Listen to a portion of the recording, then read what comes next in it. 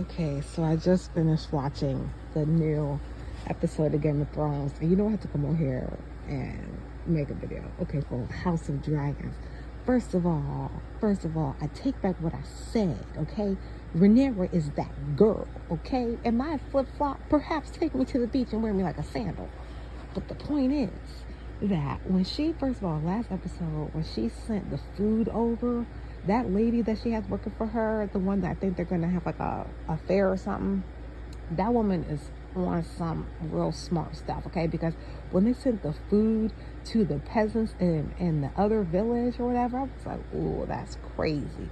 But now my girl got like multiple dragons. I was like, oh, and then that closing scene when Aemond, because first I was like, okay, when the new dude, I don't even remember all these people's names, but the new guy that was flying over, like where Aemond and them were, I was like, oh, this guy's so stupid. You know, what is he doing flying over there? He trying to get ate up? Then I was like, man, he lasted all of like 3 seconds, because I was just like, there's no way the first thing he did was decide to go fly over where Aemond and them is at. That was until I realized that it was a plan, because I was like, you know, maybe it's a plot. They're gonna like try to get Vhagar and Aemond to go into Rhaenyra's area. But I was like, I don't know, that might be, it felt like I was reaching, like I was on the ground floor and I was trying to get up top to the 10th. But come to find out, it really was a trap. So I was like, wow, like this is getting good. So I don't know how many episodes are left, but I'm totally here for what's happening with House of Dragons. But that being said, I didn't realize Rhaenyra's sons were not legitimate heirs to the throne. I didn't realize that. I knew they had black hair, but you know, I don't remember when they were conceived to even go enough down that path and that road. But her son, I'm like, dude, like, you talking about something like what will happen when she passes? Can y'all just get the crown back first before you start showing your little spoiled attitude? Like, can y'all get in a place where she has the throne before she can determine who comes next? And he's so short-sighted. Like, he even if he you know, grows or whatever and she does get the throne, he probably is not going to be the best leader, because he's getting mad that she's trying to win a war. And like, I get where he's coming from, that like that kind of messes up the power balance, and you know, someone else can take his spot.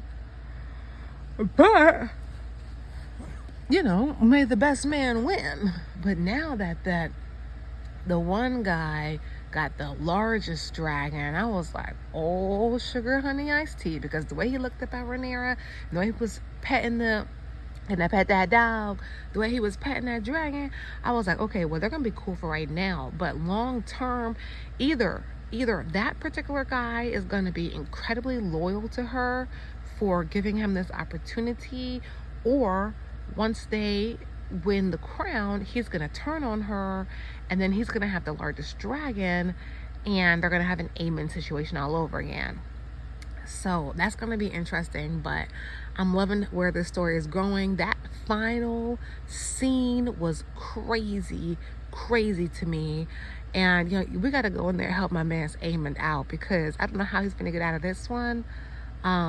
But that's why I hate to see families feud, and I know it's a TV show or whatever, but I just think it would be real great if they could just rule together. Like, why does it need to just be one person in charge? Why can't they do like a board of directors and like come together? You know, they would be a much more stronger family, because like, you know, a house divided is easily conquered. So I didn't read the books or anything like that, so I don't really know where this story is going, but I just know like when siblings and like close family is fighting, it's a lot easier to infiltrate. So that's what I do know. But also, yeah, I'm back on Rhaenyra's side. I have flip-flopped like an old Navy sandal on sale. Okay, I sure have, and I'm not afraid of it. But you know what?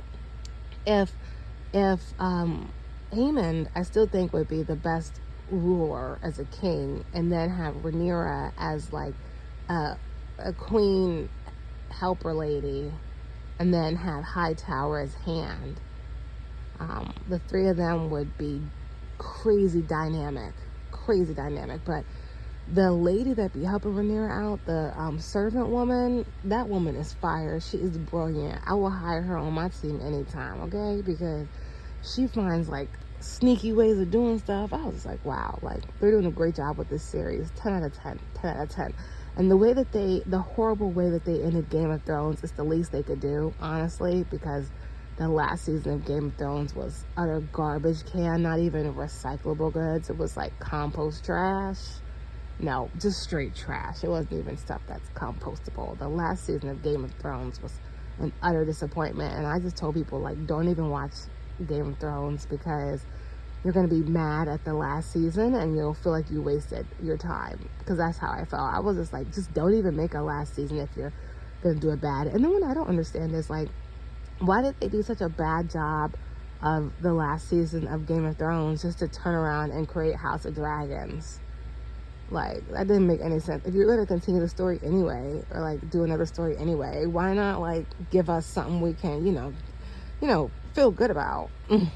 But anyway, the season is definitely giving. That last scene though, when Aemond turned around, tucked his tail to him, he's like, I bet he wish he didn't French fry his brother now. Because now I don't believe they have that many dragons other than the one. I bet he wish he didn't French fry and try to assassinate his brother now, because he need that dragon now. But you know, I'm still rooting for my man's Aemond or whatever. But Rhaenyra is definitely making it hard to be on Aemond's side at this point, because Aemond don't even feed his people. He's having like full parties. Excuse me. He was having full parties while the people in his village were starving. So, you know, that's not necessarily good. But that's what I'm saying. Like, when families can come together and rule together, it's so much better, because like all of them have their strengths and weaknesses. So if there was an alternative universe where Aemond and Rhaenyra could come to some type of understanding, and then have Hightower as the hand, and that other sneaky dude with the Shrek #1 haircut with the Lord Farquaad hair, he would be a good hand too. He's a sneaky little turd waffle, but I wouldn't want to get on his bad side, I'm gonna tell you that.